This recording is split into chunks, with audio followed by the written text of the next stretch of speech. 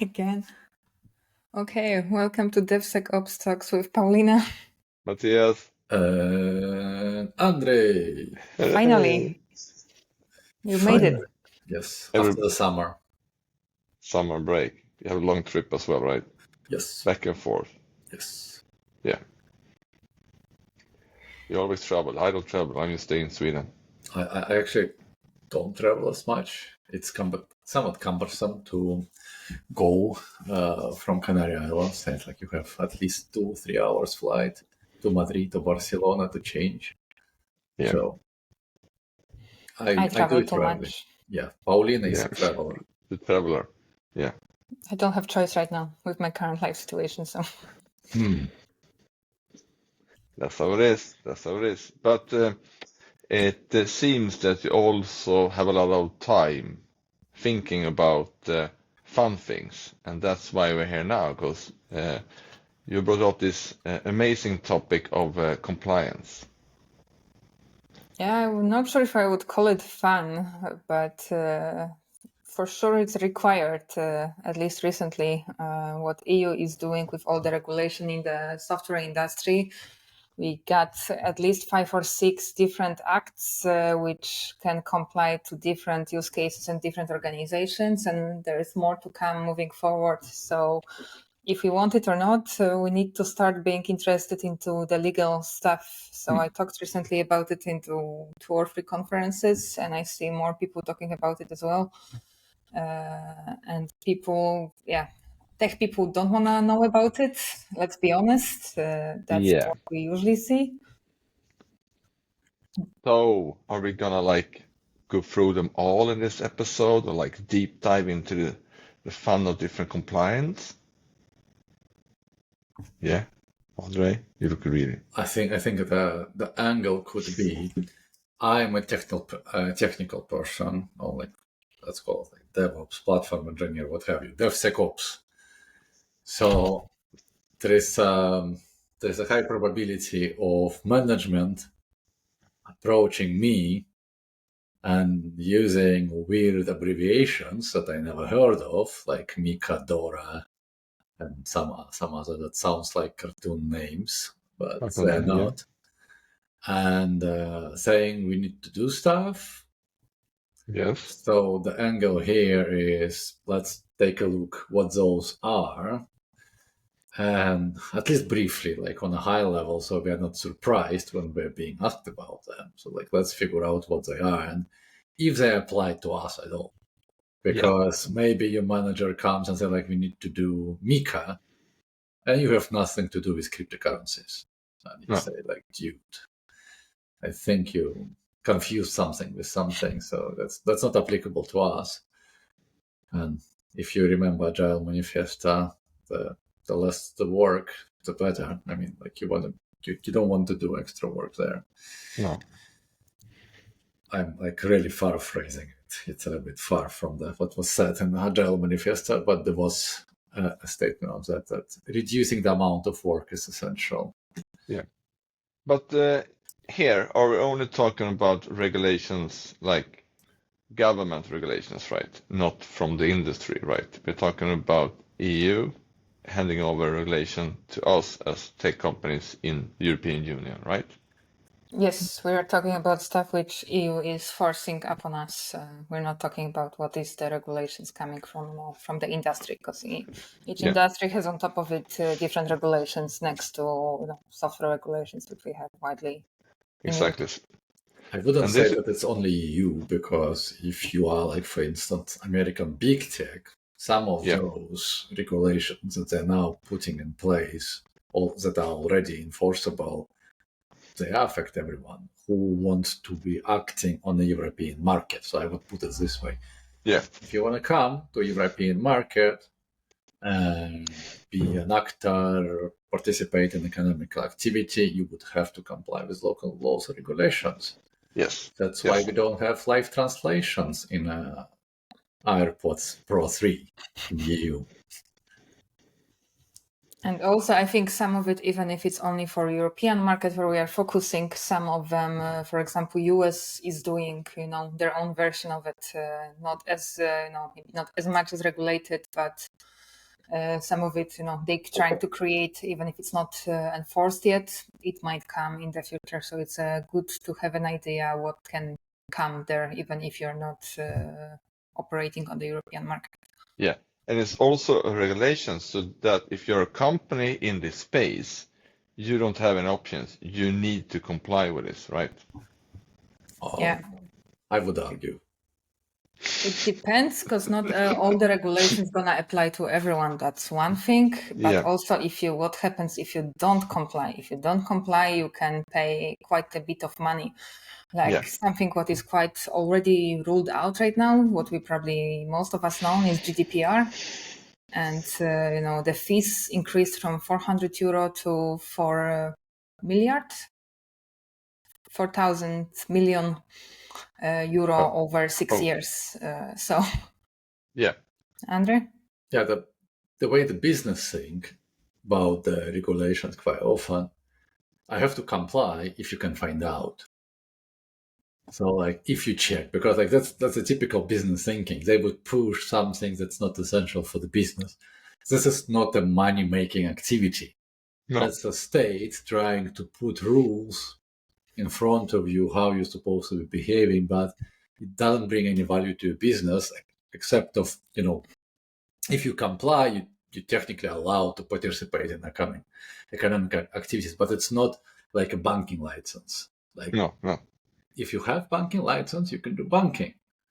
Those are they need to be enforced. So, and then there is a question of enforcement and the question how tight that would be. Will there be audit?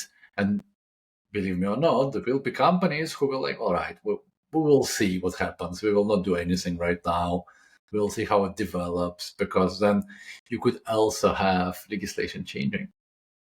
So like what's coming in today might change in 3-4 years, depending where the winds are blowing. So but it's also like new version.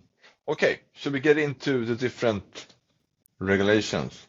Paulina, which is your favorite one? Your favorite one? Which is? I don't like any of them.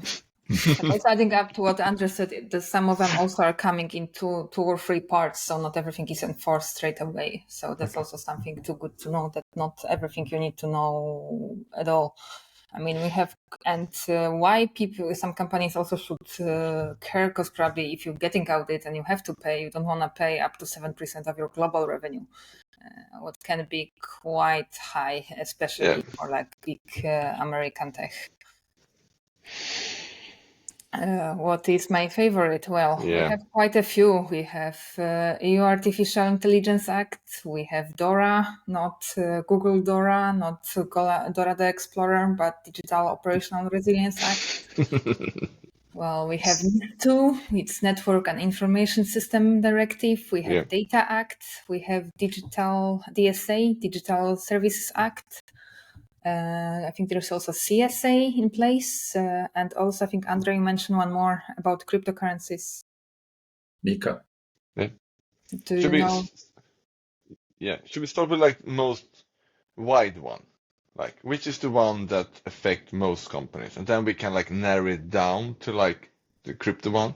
Let's start with the one that affect us, like AI Act, and the fact that we don't have the live translation in airports 3 in European Union.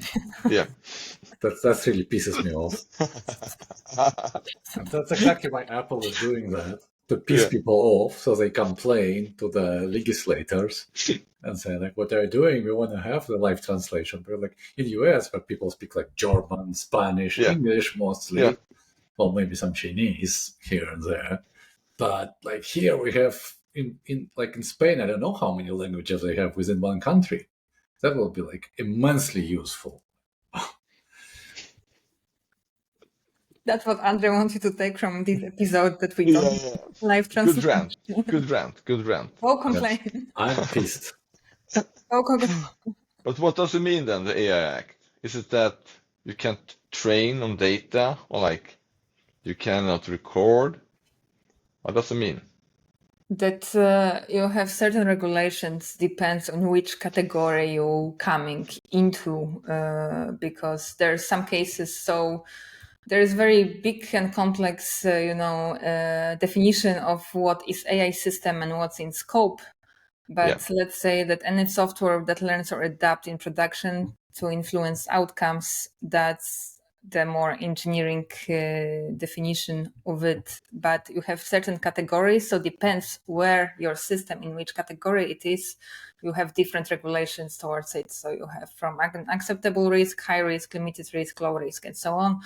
So there are different penalties, different regulations, and of course, the 80% it's in the lower risk. But for example, if you wanna read emotions or do social scoring, that's not allowed. You cannot have a usage for it. Okay. Andre. Yeah. I have my AI prepared podcast notes that was prepared for me. I have a short summary for AI Act. I can read it aloud. Yeah. And then Paulina, who spent way more time than I looking into that, she can tell us if it's correct or if it's missing something. Let's see. Risk-based controls. That's key compliance requirements. Risk-based controls. Classify AI by risk. For high-risk AI, and they mentioned that it's like in healthcare, for instance, or recruiting. Conduct conformity assessments, ensure human oversight, quality data documentation, and marking. I don't know what C is, but CE marking. And then almost for everyone, dependently on what type of risk you have a transparency requirement. You have to inform users when AI is used. There are banned practices. You are prohibited from deploying AI for social scoring and real-time biometric identification. And there is also set up post-market monitoring and incident reporting for AI. Prepare for possible fines if non-compliant. Yeah, and it's rolling out over 3 years. So that's So it started rollout last year. There are some stuff came into August this year. Some more stuff are coming next year as well. What is mandatory? And you're right. There's different categories to it, and there's some stuff which are completely banned, like social scoring, credit scoring, reading your emotions on the live to being able to give you the ads or something. That's forbidden. And then depending on which category, on the high risk, as you said, there's HR, there's healthcare, and so on. There is more regulation which applies towards it versus if you go to more wide use cases, which are in the low risk category. It sounds that you can't use AI then to interact with people directly. I think if there is so the problem with all those things as a compliance is interpretation. You have a law written in a certain way, but the legislators who are not techie, they do have a committees that would advise them, but not always the technical language would come in. But also, like when you're writing the legislation, you don't really want to be very specific, like saying this and that, because then it's very restrictive. And you want to kind of you want to keep it somewhat open, because the tech landscape will change, the way we use technology will change, so it stays applicable for longer, hopefully. Like the Article 230 in US that protects the social networks that they discuss a lot. It's been written for quite some time ago, but it's still being relevant and used. Yeah, I agree. That's why they're trying to make it as wide, and the interpretation might differ, but pretty much in the beginning you need to figure out if it's compliant to you, if it's addressing to you or not, and if yes, in which category you are and what is required by you. Then, depending on which category you are, because then we have from logging, human overloop, certain documentation, how you use your data, what are your data sources, logs for being able to audit. There are different requirements coming with it. It seems that it focuses on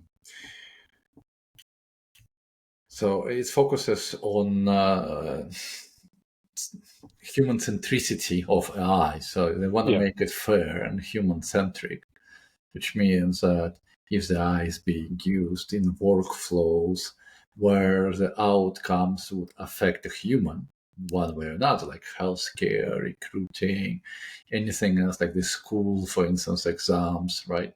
So that will be a high risk system because the outcome of the workflow or the procedure or what have you, like interaction with the system will have effect on a human's life. It might alter it in one way or another. That would be a high risk system. I also think there is like provisions for the companies that train models, so they are like in the certain category, and they definitely need to comply. So like it's kind of aiming on them to avoid bias and all of that. Bias and bias.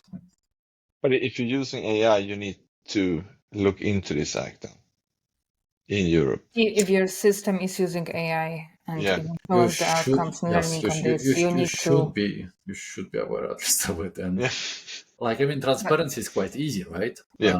Like if you're communicating with a chatbot, you probably know you're communicating with a chatbot, but you could still like with cookies, you can still give people a heads up, like that's AI you're talking to, not a real person. And I mean, if you're in the 80% of the use cases they're in the low risk category, when the requirements are not that high. It's basic GDPR and basic security rules, and there are some recommendations and so on, but it's not as tight as what Andre said in the high risk, which can influence, be more permanent influence into your life. As healthcare, if you have bad diagnosis, you can get limb cut out, and then we have the issue. You cannot sew it back. Of course, I found a better description here. The AI Act is the use first comprehensive law on artificial intelligence, using a risk-based approach to make AI systems safe, transparent, and respectful of fundamental rights. It categorizes AI into the risk levels from minimal risk, like benign chatbots, or unacceptable risk, systems that threaten safety or rights, and ban certain harmful AI practices that we mentioned already.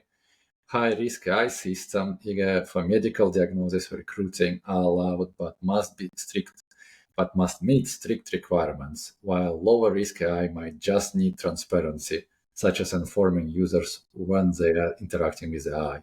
In short, the AI Act aims to ensure AI innovations are human-centric and trustworthy, preventing abuses without stiffing beneficial users. So that's at least that's what they want to have. And I like reading that. I don't see why we couldn't have the live translation in AirPods 3. Like, why would that prevent it? Well, actually, like if you use that in a critical situation, like for instance, if you are in a hospital and you're relying on your AirPod for translation with a doctor, like if you are in Hungary, for instance, in their language is completely gibberish for you. And then I'm going to use my AirPod and they're telling you that they're going to do this and it's translating they're going to do that. Then I can see maybe why it might be an issue. Okay, next regulation. What do you have for us, Paulina? Paulina, what's the next one? Data Act, not so far. Data Act. Yes, AI Act, Data Act. Okay, what is the Data Act? So one of the basics is that user on their data, they need to be able to access the data, from a various system into easy and fast way to being able, so you can go to, Facebook and request your data.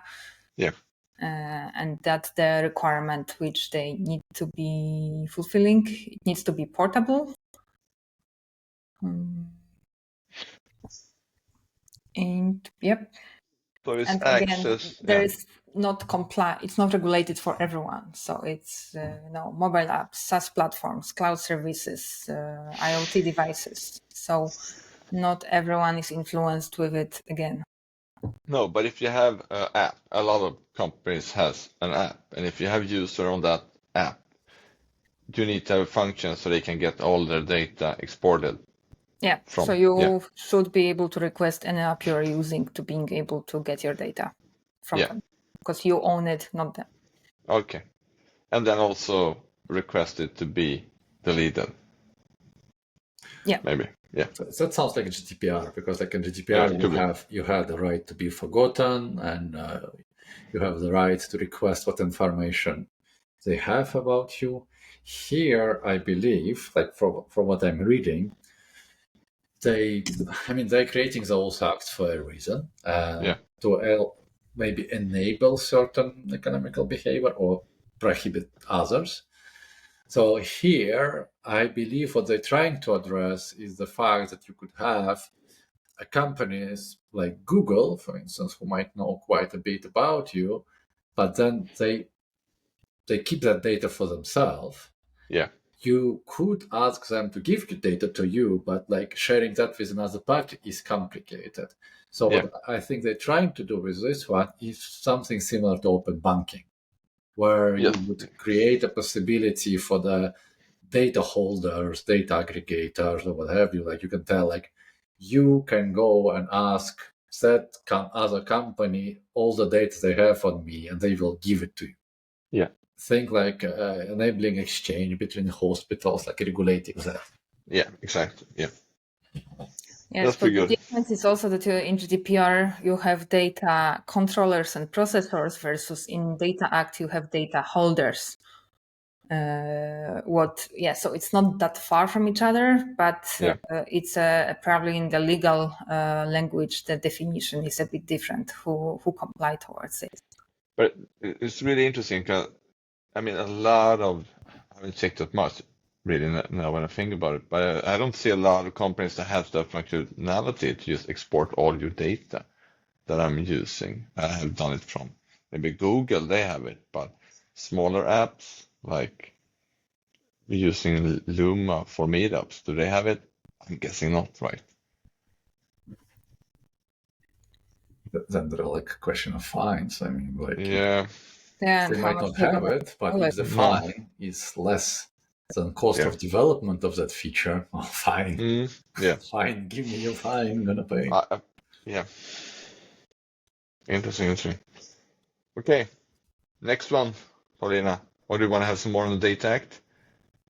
I think one more thing between GDPR and Data Act, that it's for GDPR, it's only personal data. When Data Act, it has a wider scope. So it's not only, it's also non-personal data. And it's focused on the users. So again, close, but a bit different focus, what they are going for here. I can read a little bit here what my notes are saying.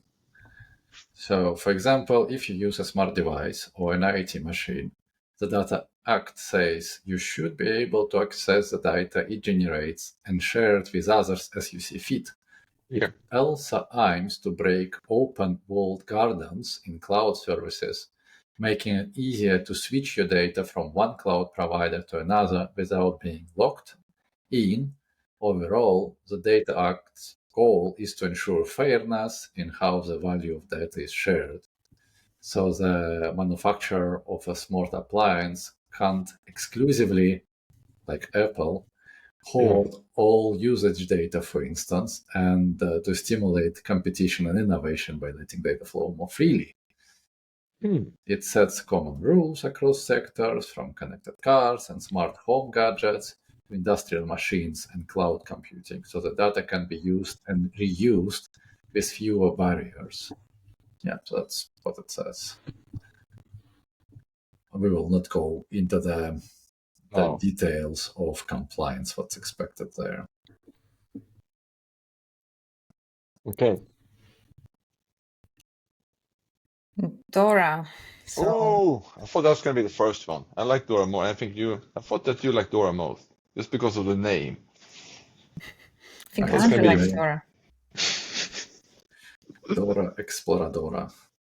Data Explorer. So it's Resilience Act, Digital Operational Resilience Act, and pretty much we're focusing on financial entities primarily. So general idea is to being able that critical infrastructure in EU and critical systems can be resilient. So we have to have certain regulations for how do we do incident reporting, how do we test our resilience, how do we continue business if something gets bananas. Yeah, but it's crypto exchanges, insurance companies, payment processors, banks, critical infrastructure providers, and that got into life in January this year. Yeah. But I think you have some time before you can implement it, right? But it really tells you, like, if you're running a service that is critical for the society, like banks, insurance companies, blah blah blah, you need to comply with this one. Yeah, that's More or less. a no-brainer. It's kind of nothing new, actually. No. So No. if you are in a cybersecurity or like compliance frameworks, you would have requirements for the business continuity, right? So you have to do a business continuity exercises, simulation, planning, testing, blah, blah, blah. You have to Disaster do recovery. disaster recovery, all of that. You kind of already, like, there are compliance frameworks that require you to do that already. Yeah. But here, government says, we will come and check you. Yeah. And if you don't, well, we're gonna fine you, and we will want to check that you actually do. Because usually, when you found in a breach of compliance, what happens is they tell you, okay, we not only fine you, but now you're on the naughty list, so we're gonna watch you closely, and you will have to report us how you're doing.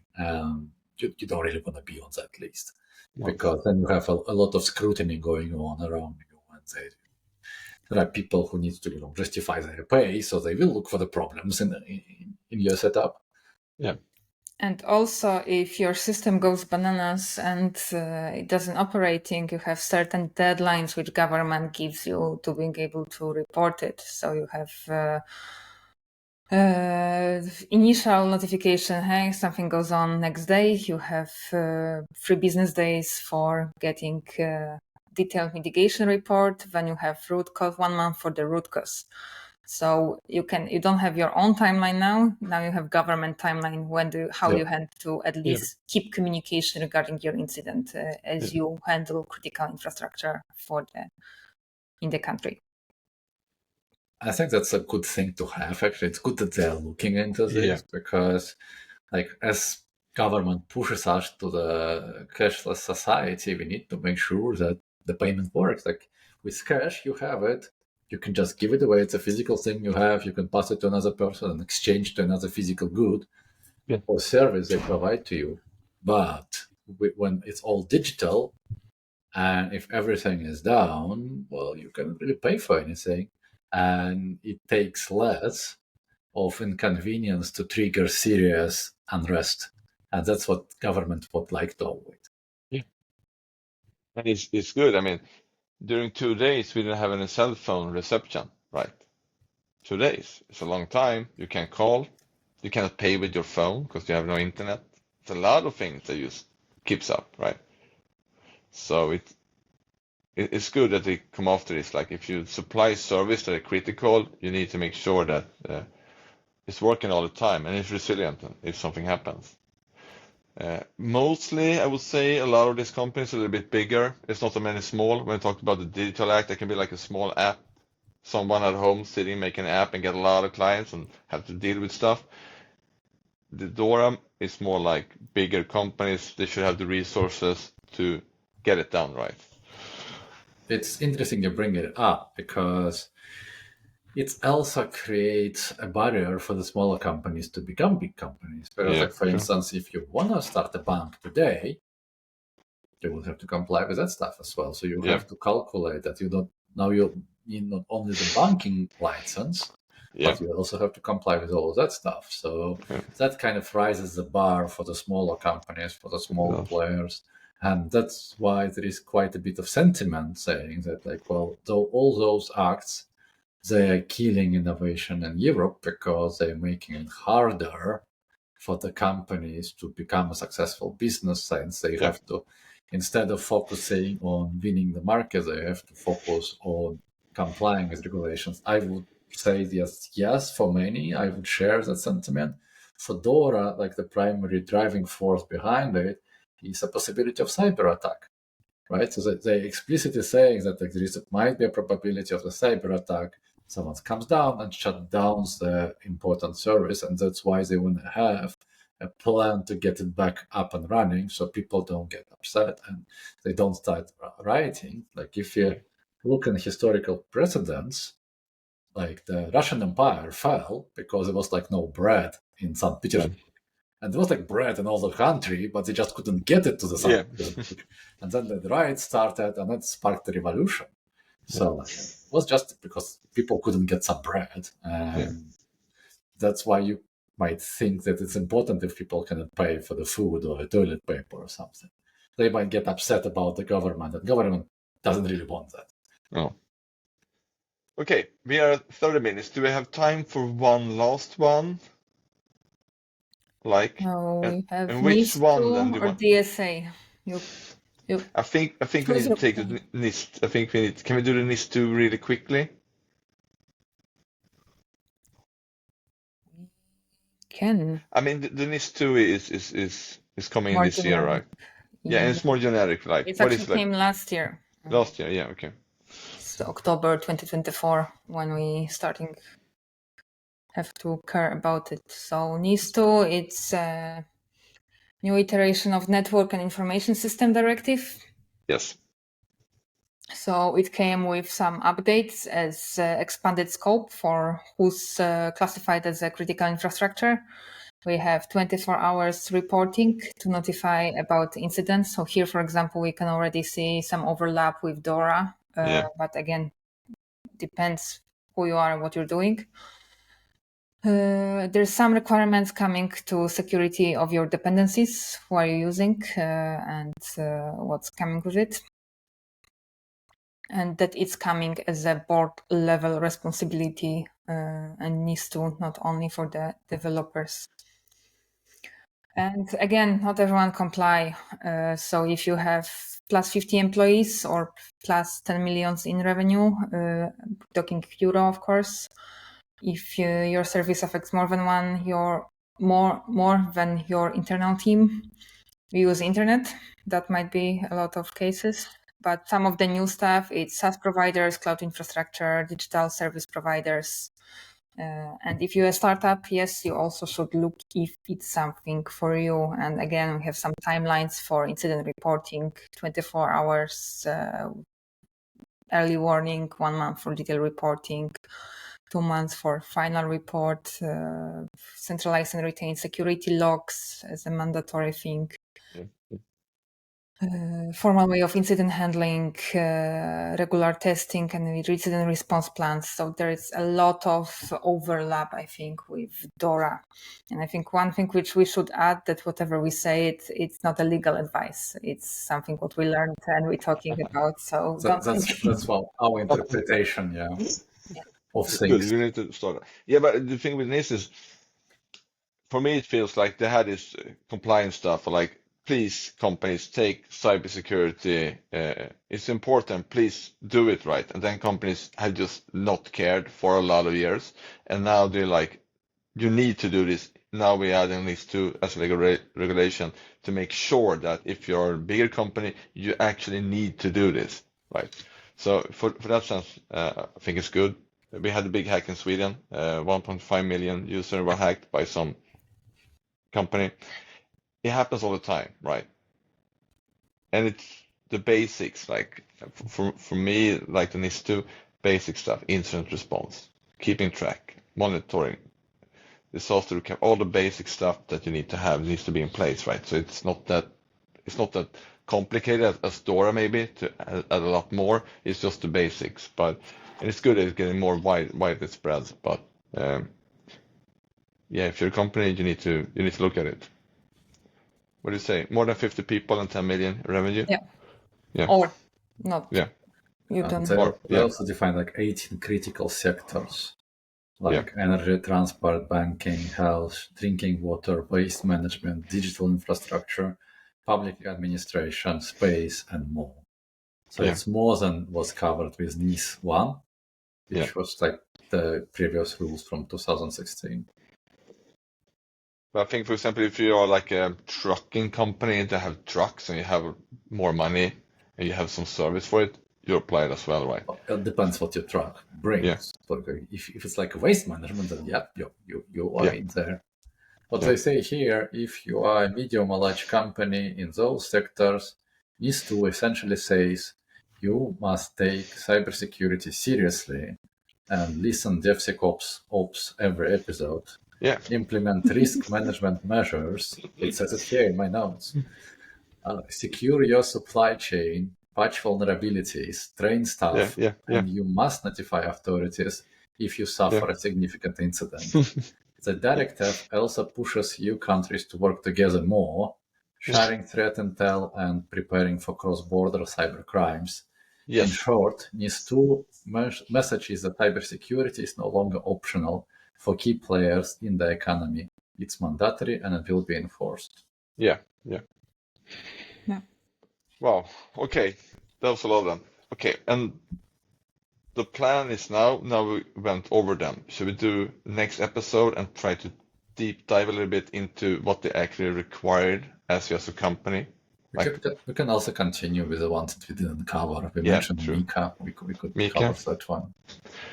So let's stop here so we not get too excited with all the compliance stuff and can rest some. And then we continue next time, do over the last one, and then maybe, Paulina, some practical advices what you can do and not just buy services from someone else, like that you can do to check and help. Andre, of course, will apply for you too. Sounds good? Sounds good. And with that, I think we will end this one then. Long episode, a lot of information. The next one will be even better. Yeah, we're more energized and more practical advices, what you can do to make sure that you are compliant. And I would also add, and protect the society and your users, right? That's a strong message. Let's close this. But I think I will add that as well. I mean, all this requirement is to protect the users and people that use it. Matthias got the course. Get the course. Listen to the podcast. Stay in touch. And we hear each other soon. Yeah. Okay. Thanks. Bye. Enjoy. Bye-bye. You have been listened to DevSecOps Talks with Matthias, Andre, and Paulina. For notes and information, please visit devsecops.fm. Thanks for tuning in.